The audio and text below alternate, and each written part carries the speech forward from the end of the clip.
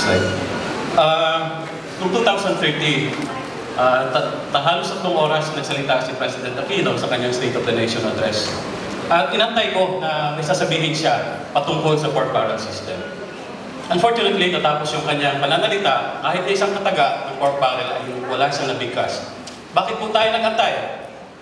Isang linggo bago ang State of the Nation address ni President Aquino noong 2013, kami po ay naghain ng isang bill to abolish the pork barrel system. And we challenged President Aquino to respond in the abolishment of the pork barrel system. Unfortunately, wala siyang sinabi. At sa katunayan, the following day, nag-submit siya ng isang napakalaking budget, 2.3 trillion pesos, the highest in history. Napakalaking budget, punong-puno ng baboy. At ang matandaan ko lang na sinabi niya noong panahon iyon, saan po kayo kumukuha ng kapal ng mukha ninyo? Patungkol daw ito sa mga tiwaling opisyal ng kanyang gobyerno. Pero pagkatapos ng isang taon, ang tanong natin kay Presidente Aquino at sa kanyang mga kaalyado, saan po kayo kumukuha ng kapal ng mukha ninyo? Matapos sumabog ang iskandalo ng pork barrel noong February of 2013, next slide please, nag-away ang magtiya na si Janet Lim Napoles at si Ben Horloy. Sumabog ang pork barrel scam. Naging trending ang pork barrel. Pero hindi ito ang unang pagkakataon na sumabog ang iskandalo ng pork barrel. Kung matatandaan natin noong 1996, sa kauna-unahang pagkakataon, mula nang mapasok sa ating budget ang pork barrel noong 1922, sumabog noong 1996 ang isang napakalaking iskandalo. Merong isang whistleblower na congressman na nagsabi na ninakaw ang Countrywide Development Fund. Milyon-milyon ang pera ng bayan na nawala. Ang sagot ng bayan, protesta. Ang sagot ng gobyerno, reform the pork barrel system. Na-reforma nga po ba ang pork barrel system? 17 years after, nagulantang tayo. Hindi na lang milyon-milyon ang nawala sa kaban ng bayan. Bilyon-bilyon kaban ng bayan ang nawala. Paghambingin niyo ang dalawang litratong yan, 1996 and 2013. Next slide please. Bakit nga ba baboy ang baboy? Sinasabi ng Oxford Dictionary, pork barrel is the use of government funds for projects designed to please voters or legislators. Ganon din ang pakahulugan natin sa Pilipinas. Lump sum amounts na ginagamit ng may hawak ng pork para ito sa patronage politics at para mabigyan ng mga proyekto ang kanyang mga kaalyado at ang kanyang hindi mabigyan ng proyekto ang kanyang hindi mga kaalyado. Next slide please. Next slide. Subalit, nasabi na kanina na ang pork barrel ay talagang maanomalya. Sabi nga natin, maanomalya ang pork barrel dahil ito pinagmumulan ng sobrang korupsyon, greed ng ating mga politiko. At it also distorts our budgetary needs and processes. Hindi nabibigyan ng diin ang mga pangangailangan ng ating bayan. At siyempre, patronage politics. Next slide please. Ano bang pinagmulan ng pork barrel system? Anong sources nito? Na-mention na kanina, lump sum appropriation, bultong-bultong pera, hindi naging specific kung ano ang pupuntahan nito. Andyan din yung Priority Development Assistance Fund or Congressional Pork. Pangatlo, andyan yung DAP. Next slide. DBM Circular number 541 na kung saan sinisentro, kinukuha ng executive yung pondo ng mga ahensya kung hindi pa ito nag-stop. Andyan ang overall savings at andyan, next slide please. At andyan rin ang mga off-budget funds like Malampaya funds. Next slide. Dalawang klase ng pork. Na-mention na kanina, merong congressional pork at merong presidential pork. Next slide. Kung titignan natin, since 2002 hanggang 2013 lang, itong congressional pork na ito ay palaki ng palaki. From 5 billion, naging 24 billion na siya. Maraming perang pagkukunan ng korupsyon. Next slide. At kung paghambingin natin, ang pork barrel ng panahon ni Presidente Aquino at ng Presidente Arroyo ay talagang magkaiba. No? Nung umalis si Arroyo, nasa 10 billion lang siya. Ngayong 2014, nasa 27 billion ang pork barrel ng mga mambabatas. Next slide. Next slide, please. Naghain ng kaso para ipawalang bisa gawing unconstitutional ang pork barrel. Next slide. At nagdesisyon ng Supreme Court noong 2013, November of 2013, na ang PIDA is unconstitutional. Next slide, please. Bakit sinabi ng Supreme Court na unconstitutional ang PIDA? Dahil sa pakikialam ng mga mambabatas sa tinatawag na post-enactment phases of the project implementation. Tapos nang may pasang budget, pero nakikialam pa ang mga batas dahil dito sila kumukuha ng tongpads. Next slide. Bakit unconstitutional? Sabi ng Supreme Court ang PDAP dahil it violates the separation of powers and the non-delegability of legislative power na dapat hindi ang mambabatas lang ang nagdi-decide, kundi ang buong Kongreso. Next slide. Sinabi rin ng Supreme Court sa PDAP case na ito ay violative of the checks and balances of our government and it also violates local autonomy. Next slide. Pero sinunod ba ng gobyerno? Sinunod ba ng mga mambabatas? Ang sabi ng Supreme Court. Ang malaking sagot ko dyan ay hindi. Sa katotohanan, ginawa isang malaking baboy, ginawa nilang kilo-kilo ang pork ngayon. Saan ang pork barrel in the 2014 budget? Kilo-kilo po, nasa Department of Labor, nasa Department of Health, nasa DSW, nasa CHED, nasa TESDA, at nasa DPWH. Next slide. Buhay na buhay pa rin po ang baboy. Ayan po ang pagkakatilag-tilag nila sa baboy sa na-6 na departamento. Next slide. Kaya kung titingnan ninyo, buo pa rin ang 70 billion na mga mambabata sa House of Representatives. Not tilad-tilad lang, not chop-chop lang nila. Next slide. Ito ba ay makatotohanan lang sa House? Hindi po. Kahit sa Senado, buhay pa rin ang kanilang 200 billion pork barrel. Next slide. Ayan po ang pagkatilag-tilag naman ng pork barrel sa Senate. May calamity fund, meron mga local government na sa local government units. Next slide.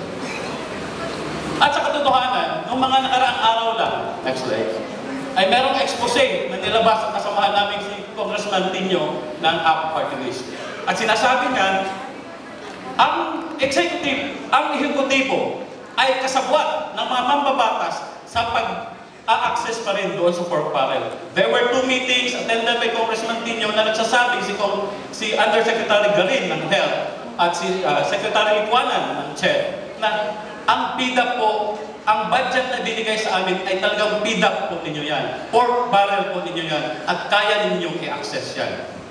Ito ang mga tinatawag nating informal practices na ngayon po ay ginagawa pa rin ng Kongreso, ay ginagawa pa rin ng Executive. Buhay na buhay pa rin po ang pork. Next slide. Kaya sa katotohanan, pag sinabi nilang walang pera, ito ay hindi totoo dahil maraming pera, yun nga lang po ay nalagay sa pork. Next slide. Pero payat na payat po ang pork ng Kongreso. Kung titingnan natin ang pork na mas malaki. Next slide. Ang presidential pork. Ano po ang presidential pork? Sabi ko kanina merong special purpose fund. From 2002, tingnan nyo na lang kung gaano kalaki, palaki siya ng palaki. Noong 2013, nasa 385 billion. Lump sum po yan, nasa Office of the President. Next slide. Meron din pong tinatawag na program fund. Pondo na nakalaan lang, nakatenga lang. Kung merong pera, pwedeng gagamitin. 2013, 117 billion. Next slide. Sa 2015 budget, magkano po ang proposed special purpose fund nila na lump sum? 378 billion. Lump sum again. Bulto-bultong pera. Next slide. What about the unprogrammed fund? 123 billion. Lump sum again. Na nasa Office of the President. Next slide. So in total, merong 501 billion, more or less, na nasa Office of the President na lump sum, hindi pa kasali rito yung lump sum na nasa mga ahensya. Next slide.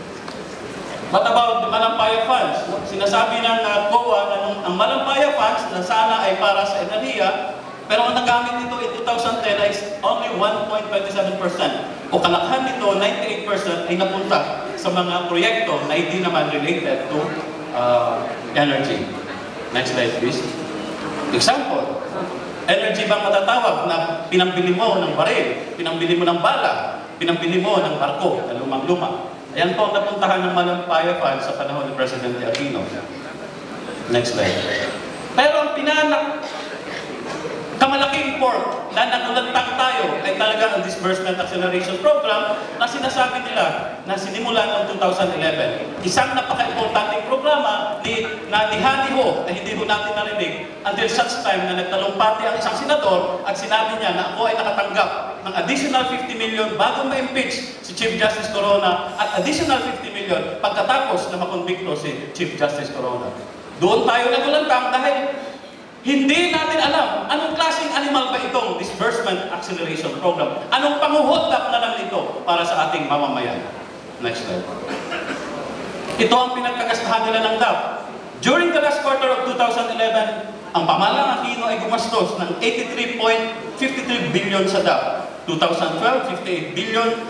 2013, 15 billion. Or ang sa kabuuang 157 billion. Although, it admitted that it only spent 144 billion all in all. Hanggang ngayon, ay hindi pa ho nila kayang i-account saan ba napunta itong 144 billion. Next slide. Ano ang pinagpuntahan ng DAP ng 144 billion? Napakalaking bagay napunta sa mga mambabatas na tumanggap ng 50 million, additional 50 million ng mga senador, may 25 million sa mga nasa House of Representatives. Napunta rin ito sa pamana, ginagamit sa counterinsurgency, napunta sa MNLF, napunta sa CPLA. I don't know how this will spur the economy, pero ang pinuntahan niya. At isang napakalaking problema, ang Bangko Sentral ng Pilipinas, isang malaking korporasyong pribata, pampublikong korporasyon ng gobyerno, pinuntuhan ng 30 billion mula sa DAP. Bangko Sentral ng Pilipinas, 30 billion. Nung tinanong saan sa budget na pwedeng puntuhan mo ang Bangko Sentral ng Pilipinas, ang sagot ni Secretary Abad, nasa others.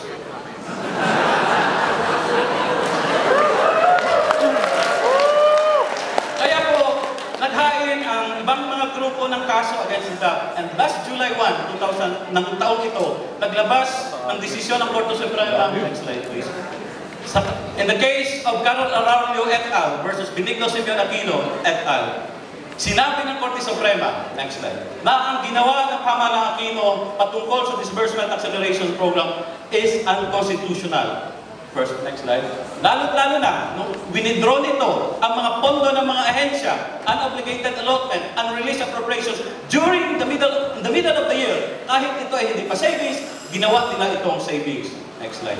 Second, sabi ng Korte Suprema, unconstitutional na pinondohan ninyo ang mga proyekto na wala naman sa General Appropriations Act. Third, unconstitutional ang ginawa ng pamahalang Aquino na pinondohan ang mga ahensya na hindi naman kasama sa executive court, tinatawag natin cross-border augmentation. And finally, sabi ng Supreme Court, void at walang visa ang ginawa nitong pag-ubos sa unprogrammed fund dahil walang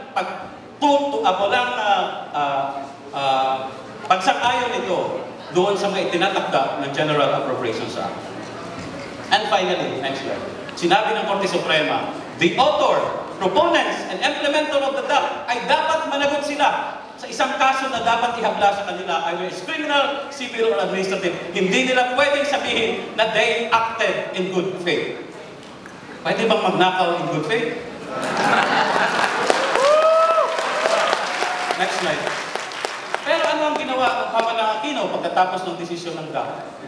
Kinastigo ang Supreme Court, although nag-file ng motion for recall. Pero ang pinakamasama, mga kababayan, sa budget ng 2015, gustong i-circumvent na Aquino administration ang General Appropriations Act, ang desisyon ng Korte Suprema, sa pamamagitan ng pag-insert sa General Appropriations Act for 2015 ang bagong meaning ng savings. Sinasabi nila dito na ang savings ay pwede nang i-consider any time of the year.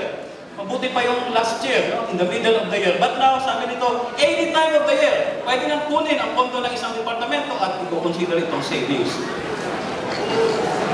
So, January 1 pa lang, pagkatapos may pasa ang 2015 budget, pwede nang sabihin ng Aquino administration, ihinto mo na yung budget mo.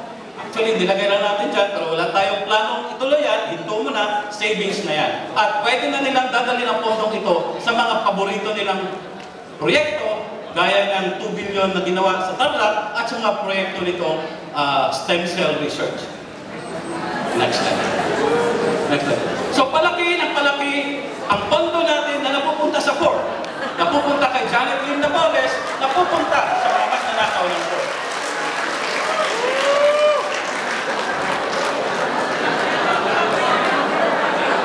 Next slide. Ano ang ating gagawin? So ang ating panawagan ngayon, narinig na natin kanina na sa ating Declaration of Unity, basagin natin. We have to smash the pork barrel system. Next slide. We have to abolish the pork barrel system. system kahit ayaw ni Presidente Aquino na i-abolish ito. Next slide. Sabi niya, if we will take out the pork barrel system, that means we rely on the national government at hindi raw pwede itong mangyayari. Next slide. And today is a historic day. Bakit? Si Presidente Aquino noong August 23, 2013, siya ay nagtalumpati. Siya ay lumabas sa TV at sinabi niya, panahon na upang i-abolish ang PIDA. Hindi pa man natuyo ang laway sa kanyang bibig, sinabi niya, at gumawa tayo ng bagong mekanismo. Kaya ang PIDA ay nasa 2013 budget pa rin, ang pork barrel ay tuloy-tuloy pa rin hanggang ngayon. Next slide. Next slide. Ano ang sumunod na nangyari? Matapos kinastraight ang Congress, matapos kinastigate ang Supreme Court, ang gusto ngayon ng Pamalang Aquino, term extension. May narinig daw siyang boses.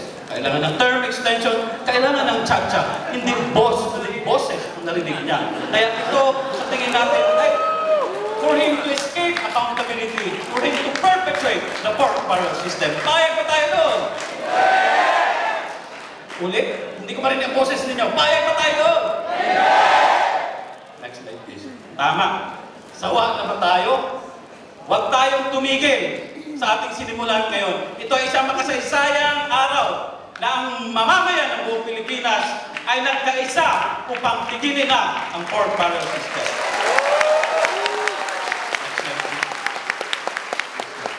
Sabi nga ng ating butihing obispo, ang pork barrel is an act of terror versus the poor.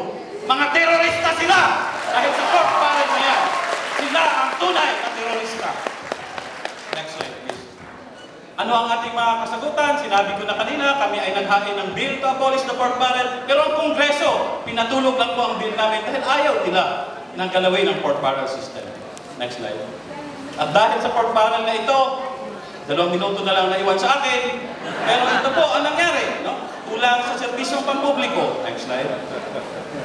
Next slide. It drained our funds and resources. Pambayad sa utang, we pay 700 to 800 billion per year pambayad sa utang. Interest na po lamang yan. And we have misplaced priorities like the PPP, no?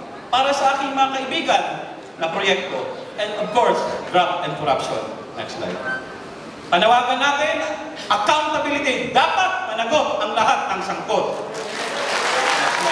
Pero dapat managot, hindi lang si Janet Lim Napoles, hindi lang managot si Siko, is to abolish the pork barrel system. Sabi ng aking kasama nito, my time is up. But I say, time is up for the pork